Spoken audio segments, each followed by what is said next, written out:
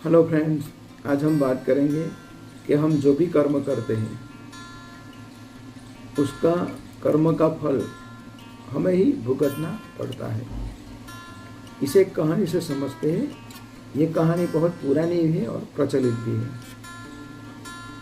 तो ये कहानी वाल्मीकि ऋषि और नारद मुनि जी की है। रामायण जैसे महाकाव्य जिसने लिखा वो श्री वाल्मीकि ऋषि है। तो वो पहले एक लुटेरे थे, वाल्या लुटेरे के नाम से जाने जाते थे। तो वो अपने परिवार का गुजरान ऐसे लूट के ही चलाते थे।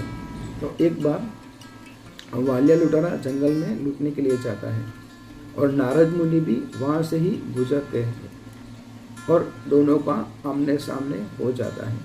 और वाल्या लुटेरा नारद मुनि से कहता है कि आपके पास जो भी कुछ धन है वो हमें दे दीजिए।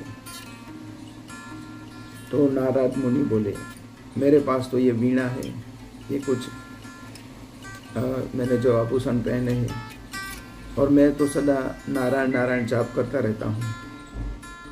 मेरे पास ऐसे तो कुछ है नहीं, लेकिन फिर भी तुझे ये सब चाहिए तो दे देता हूँ। लेकिन ये सब जो तू लूट रहा है उसका तुझे जो पाप लगेगा तो उसका कर्म का फल सिर्फ तुझे ही भोगने होंगे। तो वाल्या लुटेरा बोला, मैं तो ये सब मेरे परिवार के सभी सदस्य के लिए भी इसे लूटफाट ऐसे करता रहता हूँ, क्या वो हिस्सेदारी नहीं होगी इसमें? नारद मुनि ने कहा, नहीं, अगर आपको यकीन ना आए तो आप अपने घर जाके सबको पूछ लीजिए कि मैं जो भी ये लूट के लाता हूँ इसमें जो पाप लगेगा, जो भी पाप होगा, तो जो भी दुख मिलेगा उसमें आप हिस्सेदारी बनेंगे मेरे। तो नारद मुनि जी की ये बात सुनकर वाल्या लुटेरा सोच में पड़ जाता है। वो बोलता है, ऐसा ना थोड़ी होता है, वो भी सब हिस्सेदारी में हो गए ही ना। तो नारद मुनि बोले, देखो, ऐसा आपको यकीन नहीं आ रहा है तो आप घर जाके पूछ लीजिए, मैं यही खड़ा रहूँगा और जो भी अगर उन लोगों ने हाँ किया तो मैं सब कुछ तुझे दे दूंगा, जो भी मेरे पास है वो। तो वाल्या लुटेरा अपने घर जाता है, अपने माता पिता से, अपनी पत्नी से पूछता है कि मैं जो भी लूट के लाता हूँ तो ये इसका जो पाप मुझे लगेगा तो उसके लिए जो भी मुझे दुख मिलेंगे तो क्या आप इसमें हिस्सेदारी में रहेंगे? तो सब ने मना कर दिया। सब बोले कि ये तो तेरा कर्तव्य है, तू जो भी लाता है हम उसे खाते हैं या अपना जीवन चलाते हैं, ये तेरे कर्म है, वो तुझे ही भोगने पड़ेंगे। तो वाल्या लुटेरा तो ऐसे शौक में पड़ गया।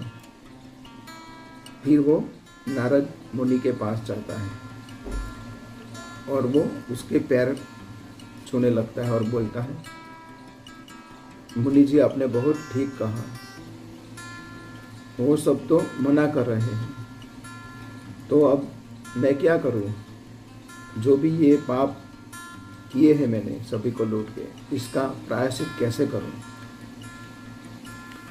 फिर नारद मुनि उसे राम नाम का मंत्र जाप देते हैं और उसे कहते हैं कि आप ऐसे अपनी साधना कीजिए, ये मंत्र, राम नाम का मंत्र का जाप कीजिए और अपना उद्धार कीजिए।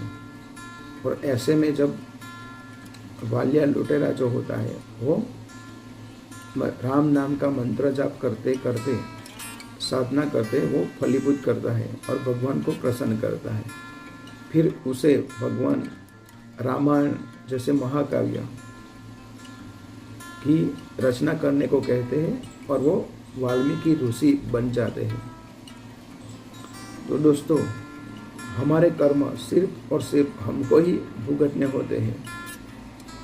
ये कहानी में बहुत अच्छा मैसेज दिया है। आज सभी लोग अपने परिवार के लिए कुछ गलत काम करते हैं कि मेरी एक बेटी, दो बेटी, 7 बेटी का धन इकट्ठा कर लेते हैं। जो बुरा कर्म खुद करता है, लेकिन उसका फल सिर्फ और सिर्फ उसको ही भुगतना पड़ता है। तो हमें सदैव अच्छा कर्म करना चाहिए, हमसे जो भी हो पाए।